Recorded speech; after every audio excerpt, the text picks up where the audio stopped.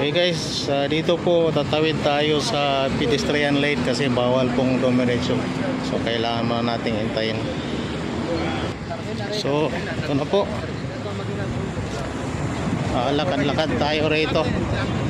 Dahil namimiss natin itong lugar na to guys. So pupunta po tayo dyan sa Lulu.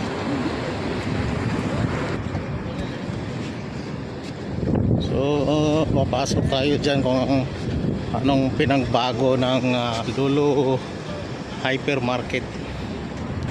Guys, ito yung entrance ng Lulu. Okay, may mga sale pala rito sila. Oh, yun oh.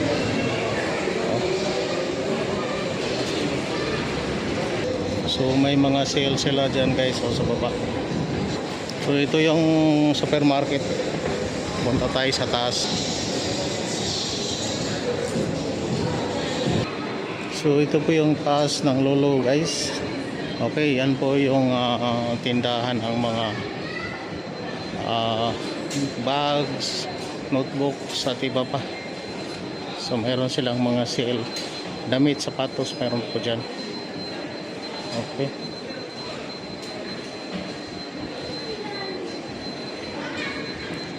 So guys, hanggang dito lang po at maraming salamat.